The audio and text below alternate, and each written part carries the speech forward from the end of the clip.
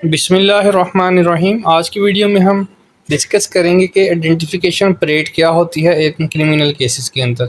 Mostly आपने देखा होगा कि कोई भी एफआईआर जिसमें एक या एक से ज़्यादा मुलजिम हो और वो नॉमिनेटेड ना हो, नामालूम अशख़ास हों, और आईओ जो है वो ऑन दी जो भी उन्होंने स्केच बनवाया होता है कंप्लेनर ने या विटनेस ने, उस पे हाफ पे अगर किसी मुलजिम को पकड़ता है तो वो उसको जुडिशल करवा देता है।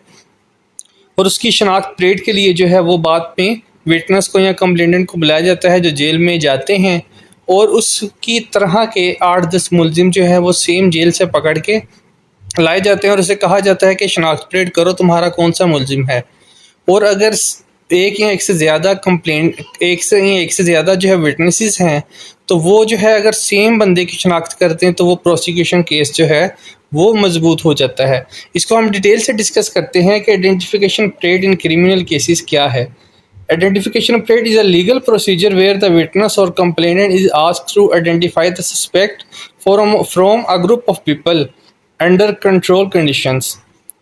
Its purpose is to inform that the person witness claims to seen at the time of the offense is indeed the accused. इसके बाद इसकी लीगल बेसिस आ जाती है। There is no specific section in CrPC of the criminal procedure 1898 dealing with identification parade. Identification parade जो है वो CrPC में नहीं है, बल्कि इसका जो है वो it is conducted under police rules 1934। इसका चैप्टर 26 है और रूल 26 और 32 से ऑनवर्ड है, and is recognised by court as a essential part of investigation. Judicial precedents from superior courts of Pakistan guide how it should be conducted. इसका जो purpose है to avoid false implication है, to provide corroborative evidence to prosecution है, to strength prosecution case when the accused was previously unknown to the witness. इसका procedure discuss करते हैं। Procedure ये होगा कि इसको मुलजिम को अरेस्ट किया जाएगा, उसको जुडिशियल रिमांड पे भेजा जाएगा, और जो आईओ है वो रिक्वेस्ट करेगा मजिस्ट्रेट साहब से कि इसकी शनाख्त परेड करवानी है। वो कोई भी दिन रखेंगे और वो आईओ को लेके और कंप्लेनेंट को लेके जेल में जाएंगे, जहाँ पे जेल जो सुप्रिटेंडेंट है वो इस तरह के 8-10 और लोगों को इकट्ठा करेगा एक लाइन में, और विटनेसेस जो हैं या कंप्लेनेंट है वो वहाँ पे उसकी शनाख्त परेड करेगा। उसके बाद जो है ये प्रोसीजर है इसका।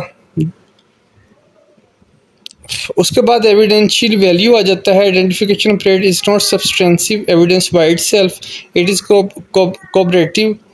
corroborative evidence that strengthens the testimony of a witness in court if witness fail to identify it weak prosecution case. इसके बाद important judicial points आ जाते हैं। Accused must not be shown to witness before parade. Delay in holding IP without justification can make it doubtful. Multiple witnesses identifying the same accused increase reliability. Case law example आ जाती है। PLD 2002 supreme court 590 है। Court held that IP must be held promptly after arrest, और PLD 2017 supreme court 733 identification parade is only a corroborative piece of evidence not exclusive proof। ठीक है, तो मकसद इसका यही है कि अगर जो है वो मुलजिम अननोन है और जो विटनेसेस हैं वो ये कहते हैं कि हमने जो अक्यूज है उसका हुलिया हम जानते हैं लेकिन उसका नाम वलीयत नहीं जानते, और उसके हुलिये की बुनियाद पर या जो भी वहाँ पे CDR के थ्रू जिस तरह भी आइए उसको पकड़ेगा, तो वो पहले कंप्लेनेंट को नहीं दिखाएगा, पहले इसको जुडिशियल रिमांड पे भेजेंगे ताकि जो है वो वहाँ पे फेयर हो और इंसाफ जो है वो मिल सके। और अगर वो मुलजिम नहीं है तो उसको डिस्चार्ज कर दिया जाएगा।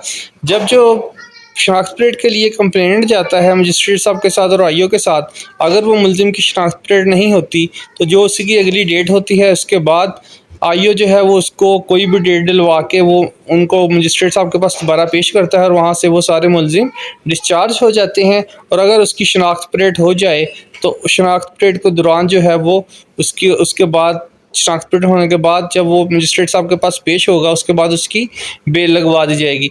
लेकिन अगर मुलजिम जो है वो जेल में भेजा गया है और उसकी शनाख्त परेड अभी नहीं हुई तो तब तक जो है वो मुलजिम की बेल भी नहीं लग सकती। जिस तरह 9 मई के वाक़यात में अक्सर लोगों को पकड़ा गया और उनकी शनाख्त परेड में 10 दिन या 15 दिन लगे। अब चूँकि जब तक जो है वो उनकी शनाख्त परेड नहीं हुई तब तक उनकी बेल भी 780A जो दहशतगर्दी की कोर्ट्स हैं वहाँ पे नहीं लगी, और जब उनकी शनाख्त परेड होगी तो उसमें ज़्यादातर लोग डिस्चार्ज हो गए और जो आइडेंटिफाई हुए उनकी बाद में जो है वो बेलें लगीं।